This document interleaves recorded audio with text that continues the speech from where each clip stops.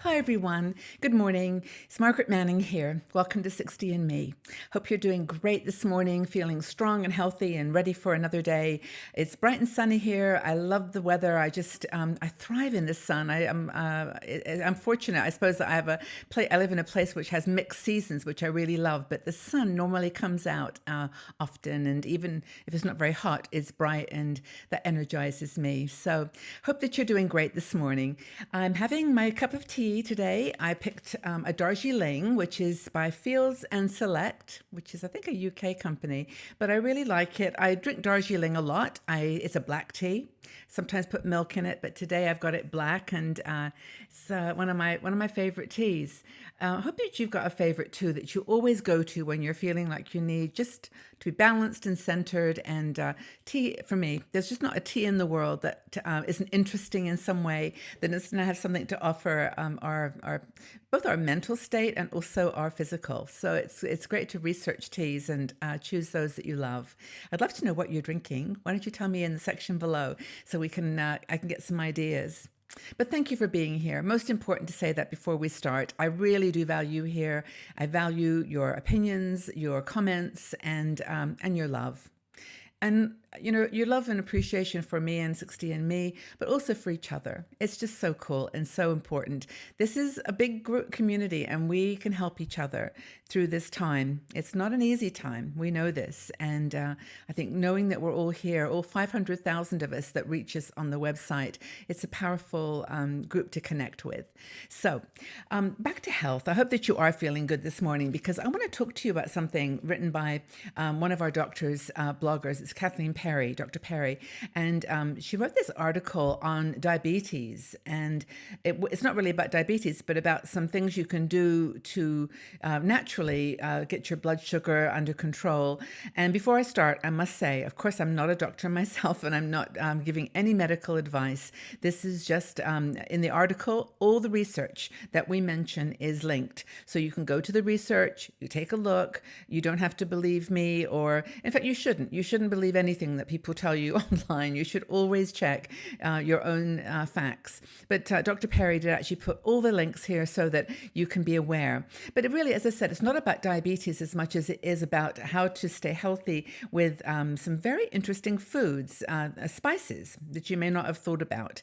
So just some numbers, though, to get this in perspective, because I think it's really fascinating. I'm going to refer to my notes to make sure I get it right, which is the International Diabetes Federation estimates right now that there's 1 in 11 adults in the world that have diabetes. So it's 425 million people.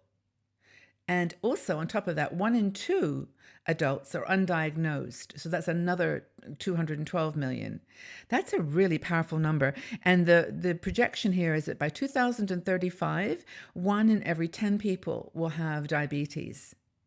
Now, as you know, there's more than one type of diabetes, but we're talking here about type 2, because type 2 is the one that increases in appearance after age 45.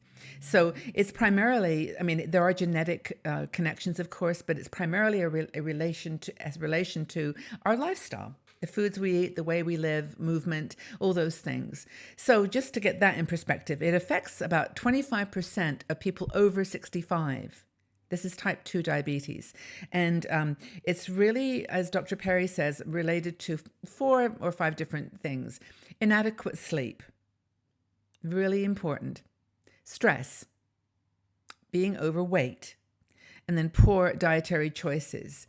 Now, diets, broadly speaking, not a diet but your diet, the food that you eat, can obviously do a lot to help change these lifestyle habits that can create problems, not just with diabetes, but with other things as well. So she suggests to spice it up. Spice it up with 3 spices or herbs she says can help lower blood sugar levels. And I'm looking here to my notes to say, she reminds us even in the article, check with your doctor before you do any of these things. If you feel any nervousness about conflicts with medicines that you're taking, they are natural foods. They're not supplements, but they are foods that you can get in the shop, so they're safe. But just be careful. Just make sure what you're taking for your diabetes or for your illnesses is not going to conflict. Basically, these 3 spices help to regulate blood sugar. And in addition to that, each of these three have a lot of other health benefits that are, sort of documented as well. So, interesting stuff. I was introduced to a lot of this when I was in Bali, because in India too, these three spices are used a lot, and the first one is turmeric. Now, you've probably heard me talk about turmeric before. I know I even did a turmeric face mask video on YouTube, because it's one of those crazy spices that's claimed to do all kinds of wonderful things. It's bright yellow. When you cut it open, it's like a root. And it looks like a little tiny ginger. It's a tiny little root. And when you cut it open, it's bright yellow. And watch your fingers, because if you touch it, you'll get yellow fingers. It's like a dye. In fact, it's used in different countries as a clothing dye. So turmeric, it's a rhizoid root, and it's in the ginger family. Now, in turmeric is an element called curcumin. Curcumin. In fact, sometimes they refer to turmeric as curcumin.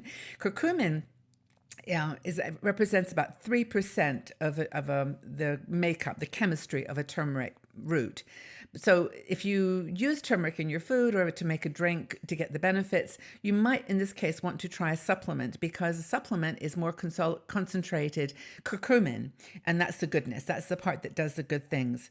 It has been shown in studies, and as I said, we mentioned them all, to actually help with reducing low blood pressure. Also, turmeric has been claimed to reduce pain and inflammation, and it's supposed to be good for the heart and brain. So there's like not a single part of your body that can't benefit from turmeric. Now, cinnamon is the second one. Cinnamon I love with coffee. Whenever I have coffee, I put a little teeny bit of cinnamon, because it actually is from a tree, of course, an evergreen tree. And its studies have shown, again, its ability to help with the cognitive process and your brain health, and also reduce blood glucose. It basically slows the growth of the rise of glucose in the bloodstream. And with a very small amount, like half a teaspoon a day, you can do a lot to help with your blood glucose levels being stabilized. So again, other benefits of cinnamon, it's supposed to help with colds and the flu, and generally help with your immune system. This is amazing. I just find Mother Nature gave us all this incredible stuff to use, and it's not expensive, and it's there for us. And primitive tribes, I say primitive, I mean people before prehistory, have been using these these plants for years. So, and they do actually treat it like medicine. I think that's a really fair assessment for how people do often look at these plants. So turmeric and cinnamon. The last one that Dr. Perry mentions is ginger.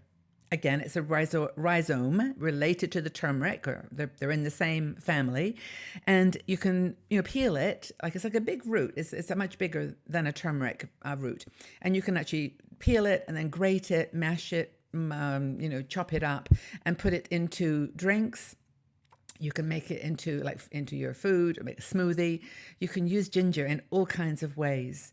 I love the taste of ginger. I drink lemon ginger tea all the time, and for me it just tastes good.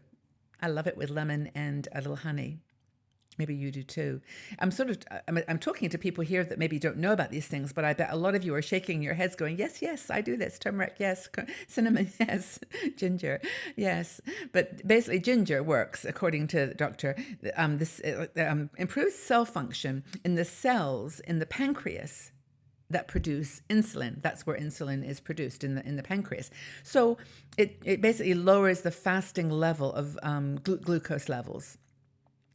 Now, I'm honestly just repeating some of the things that Dr. Perry refers to here. So go ahead and read the whole article and then be informed completely. But it's really interesting, isn't it, that these three things do have an impact on diabetes and also on our blood sugar and other things. And by the way, ginger is really good for, it's an antifungal, lowers the cholesterol apparently, and it's just generally got good things it does for your body. And if you go online and just check the health benefits of these three things, the reading is really remarkable, and the studies well documented by reputable groups, not companies, by medical groups. So there you are on those three spices that can help you if you are dealing with pre-diabetic state or diabetes. I think it's kind of interesting that just these three things alone, just blended into your daily diet, could possibly complement other things that you're doing, like getting good sleep, trying to not stress, walking, trying not to reduce your body weight, and, just in general, eating a healthy balance of food. I think that's super important.